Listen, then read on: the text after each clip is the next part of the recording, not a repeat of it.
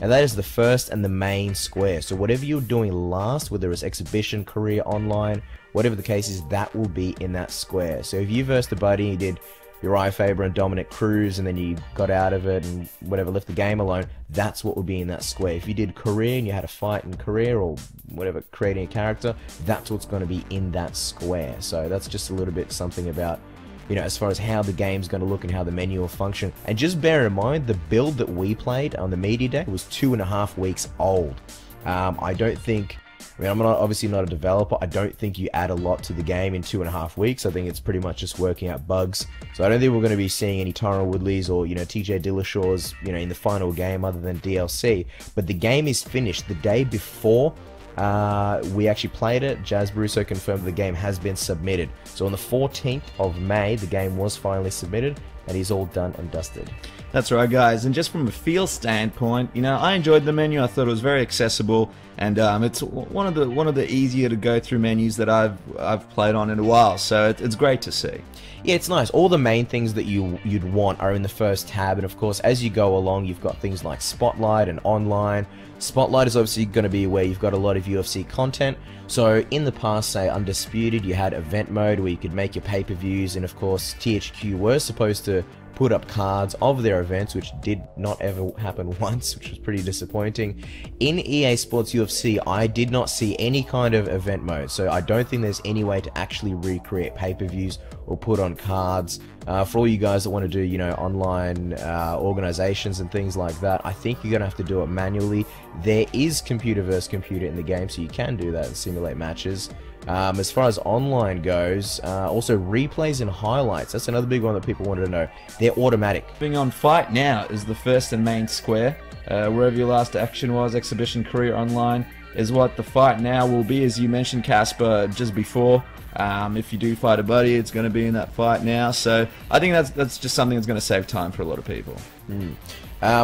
Also with online, there are championship belts. So yeah, I think the way it gets broken down, so if you're a white belt and you're fighting you know, at a level of a white belt, you're going to be fighting other white belts. If you're a purple belt, you're going to be fighting other purple belts. And there are championship belts, so it is cool, something to fight towards.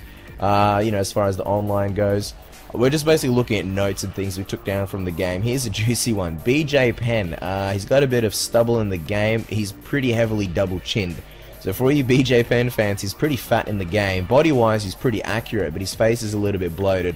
Obviously, you know, on his Atkins diet, plus the carbs, when he was getting scanned for the game. But other than that, he looks good. We did have a fight, Donald Cerrone against BJ Penn, and so Francis Carmont had a lot of sweet kicks. So as far as the different movesets, I mean, we didn't see a terribly varying amount of moves. Bear in mind, we really didn't play with a lot of people on the roster. There just wasn't that much time.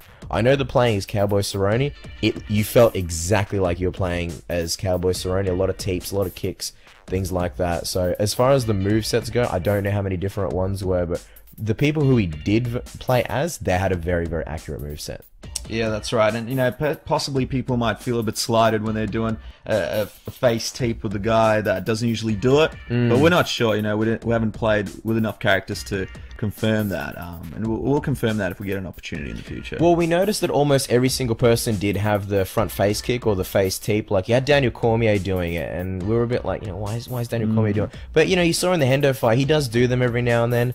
Pretty much everyone we played as had them. So Overeem had the face tape, GSP had them, Campman, pretty much everybody. But I guess when you think about it, those are the type of guys that are going to throw a face tape. So yeah, nothing bad there. One thing we noticed, when you hold R1, which is obviously for strong strikes, the strikes do look pretty slow.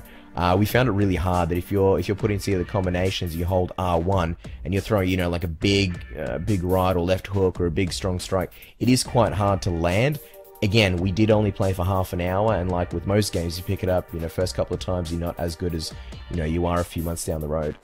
Now, the fighters often look funny in the character select screen, which is somewhat of a pet peeve for me, Cass. You know, I'm always complaining about that. And the tail of the tape as well. But once they enter, they look amazing. Now, Nick Diaz, he looked a little bit like a chimp until the actual fight started, didn't he? Yeah.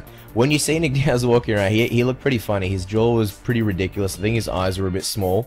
And he looked a little bit like a caricature. Yeah. But once Bruce Buffer actually started to announce him, he actually looked good. And I will say, one of the first things we did see was, you know, the actual entrances. So basically, the way this media day worked, Jazz did his presentation, and then he just said, okay, who do you guys want to see? And I think Dennis and I were like the only two actual MMA fans.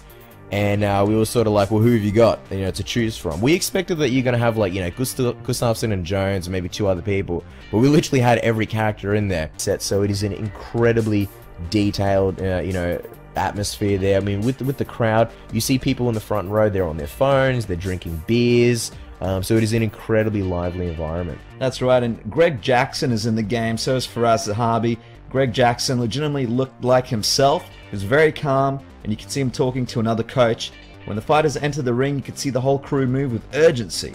The trainers start clapping and run up to the octagon and onto the side. So it's very lifelike, Cass, and I think it's going to be something that people enjoy, because obviously I know a lot of people skip through the entrances, but if you do watch them, it's going to add something to it.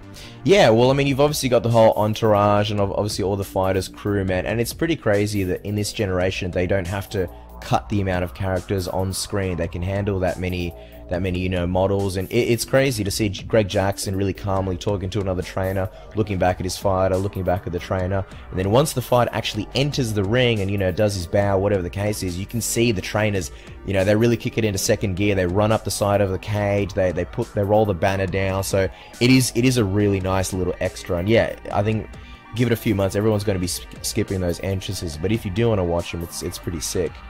As far as the actual takedowns, one thing we had not an issue with, we didn't understand at the start buttons for all your strikes, but my biggest problem with Undisputed was the animations looked shit and they were really robotic. So it's kind of like the strike of Undisputed, which was very responsive, but you've got the fluidity of a typical EA game, and to a degree, you know, EA MMA, which I thought the game animations were nice and fluid, predominantly, not all of them. The striking was fluid, but they were heavily delayed and lagged. So in this game, when you hit strike, they pretty much strike immediately. So there's no lag, there's no delay. You know, you can just hit buttons and they'll strike very fluid. Again, the collision is great, and yeah, the strikes just look absolutely amazing. That's right, Cass. And, you know, one of the things that really got me was, you know, when you throw a body shot, for example, seeing that skin move when you hit it, you know, seeing it jiggle a bit, it just, you know, it kind of really took me back when I looked at it. It looks very realistic, especially when you look at replays. Division, we played Demetrius Johnson, like Casper said, versus Dodson. It was an amazing fight. You know, we could just keep going because these guys were flyweights. You know, when we played in the higher weight classes, you definitely felt a difference in cardio. So that's not something the fans should worry about. And yeah, for a good time, flyweight will always do it for you. Another thing to remember is we were playing the game on beginner. That was the default setting, and we didn't really feel any need to change it, given that it was our first time playing the game. So things like parrying, the parrying system's actually really nice. It looks nicer than EA MMA, but very simple. You know, I'm the type of person, I played Fight Night, all the Fight Night series actually, I own all of them. Sometimes, you know, it would do my head in having to, you know, really dodge strikes and parry. I don't know how else you're going to do it that's more realistic, but it's also pretty easy. So we didn't find any issues with the submission system. We found it really easy to figure out, easy to pick up, and quite fun, to be honest. That's right, and the submissions are in stages as well. So you got to get through the first stage, get through the second stage, and then you go to a final stage. Very similar to what it would be like when you do jiu-jitsu.